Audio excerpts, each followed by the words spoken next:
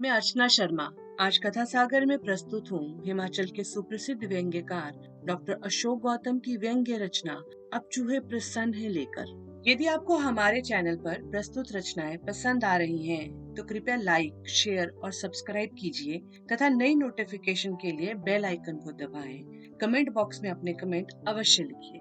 बंधुओं, हमारी कॉलोनी ही क्या, वैसे तो हमारा देश ही चूहा प्रधान देश है। यहाँ की कुल आबादी का मैं नहीं समझता जो 1% आबादी भी आदमियों की हो। अपने चूहेपन को किनारे रख जब जब भी किसी शरीफ आदमी के भीतर झांकता हूँ, तब तब पता नहीं क्यों मुझे उस शरीफ आदमी में 10-20 चूहे फुदकते नजर आते हैं। जिस कॉलोनी में जहाँ सरकार का दामाद मैं चूहा 20 सालों से रह रहा हूँ, उसमें हर समय अपने परिवारों के साथ मेरी तरह के permanent, Kawasi permanent, ad hoc, contract के हर क्लास, हर विभाग के एक से एक मोटे चूहे फुदकते रहते हैं। यहाँ शिक्षा विभाग के चूहे भी हैं, तो जल विभाग के चूहे भी। यहाँ बिजली विभाग के चूहे भी विराजमान हैं, तो टेलीफोन विभाग के चूहे भी। यहाँ सिविल सप्लाई विभाग के चूहे भी सारी रात हुड़दंग मचाए रखते हैं, तो सिविल अस्पताल के चूहे भी मौके बेमौके हो हंगामा किए रहते हैं। वैसे संख्या के हिसाब से इस कॉलोनी में ज्यादा चूहे लोक निर्माण विभाग के हैं, क्योंकि ये कॉलोनी उन्हीं के अंडर आती है। हम में से अधिकतर चूहे सरकारी बोरियों की खाद, सरकारी बोरियों को कुतर कुतर कर इतने मोटे हो गए हैं कि उनसे चला भी नहीं जाता।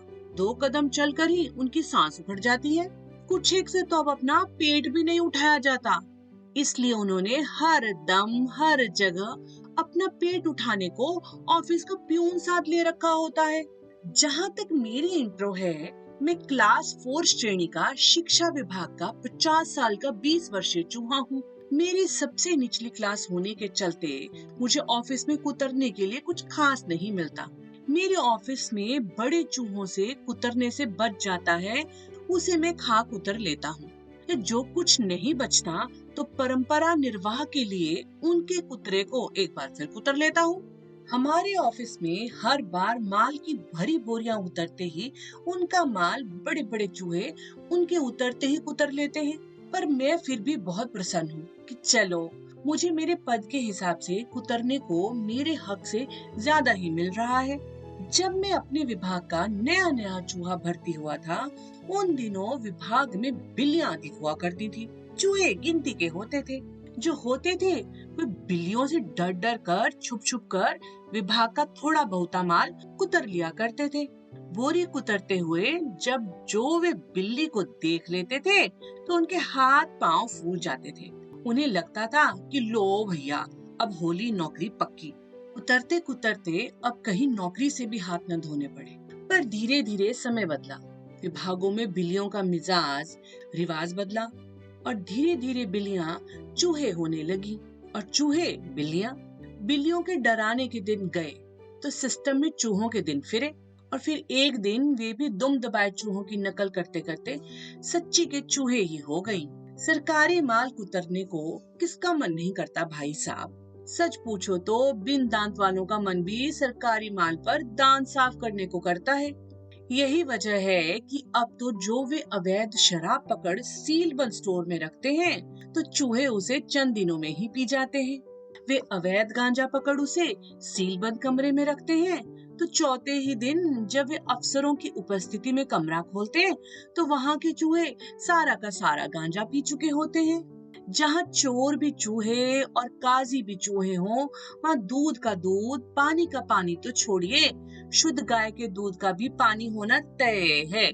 ऐसे में कर लो जो चूहों का करना हो भाई साहब, पकड़ लो चूहों का जो पकड़ना हो भाई साहब। यथा चूहा तथा चूहा। इधर कुछ पिछले दिनों से मैं ही नहीं, मेरी अगल बगल के हर विभाग के हर क्लास के चूहे परेशान थे।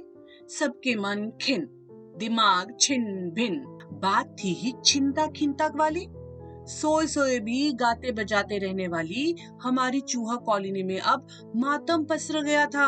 तो हुआ यूं कि ज्यों ही मेरी बगल के लोक निर्माण विभाग के दूसरी श्रेणी के चूहे को टीवी से ये दुखद खबर मिली कि हमारी बिरादरी के चूहे की संदिग्ध परिस्थितियों में मौत हो गई है या किसी ने उसकी हत्या कर दी है, तो हम सबकी भूख प्यास सब खत्म हो गई। तब ऑफिस में किसी का कुछ कुतरने को कतई मन नहीं करता। रात को हम सोने की कोशिश करते तो नींद आने का नाम न लेती। बस चौबीसों घंटे हम सब की आंखों के सामने हमारा मरा बिरादर उदकता फुदकता रहता।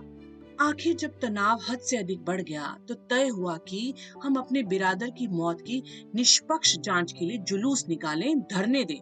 अमरण अनशन पर तब तक बैठे रहे जब तक हमारे बिरादर की मौत पर से रहस्य का कफन नहीं उठ जाता। अपने आंदोलन के पहले फेज में हमने अपनी बिरादर की मौत की निष्पक्ष जांच की मांग सरकार से की, ताकि हमारे बिरादर की मौत का सच देश के सामने आ सके।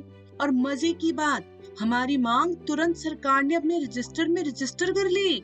तब सरकार ने हमें विश्वास दिलाया कि डरो मत, हम पर विश्वास करो, वह तुम्हारा ही नहीं हमारा भी बिरादर था।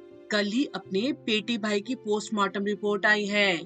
अपने पेटी भाई की पोस्टमार्टम रिपोर्ट में खुलासा हुआ है कि बिरादर की मौत उसके किसी दुश्मन ने नहीं की है, ये मात्र शांत समाज में दंगे भड़काने वालों ने अफवाह फैलाई थी। असल में उस पवित्र आत्मा की मृत्यु उसके अपने ही हाथों दम घुटने से हुई थी। बिरादर का पोस्टमार्टम इंटरनेशनल चूहा चिकित्सा अनुसंधान संस्थान में किया गया था। असल में समाज को कुतर कुतर कर बिरादर की किडनियों में दिक्कत आ गई थी। अब मेरे मन सहित हम सबका मन प्रसन्न है। पानी में से दूध निकल गया है। मेरे घर सहित पूरी कॉलोनी में फिर से पुरानी रौनक लौट आई है। अब गुजरे पेटी भाई की तरह कूद कूद कर हम सबका मन फिर ऑफिस जाने को पहले की तरह फुदकने लगा है। तो दोस्तों, इसी के साथ ही रचना यहीं पर समाप्त हुई। मिलते हैं जल्द ही नई रचना के साथ। धन्यवाद।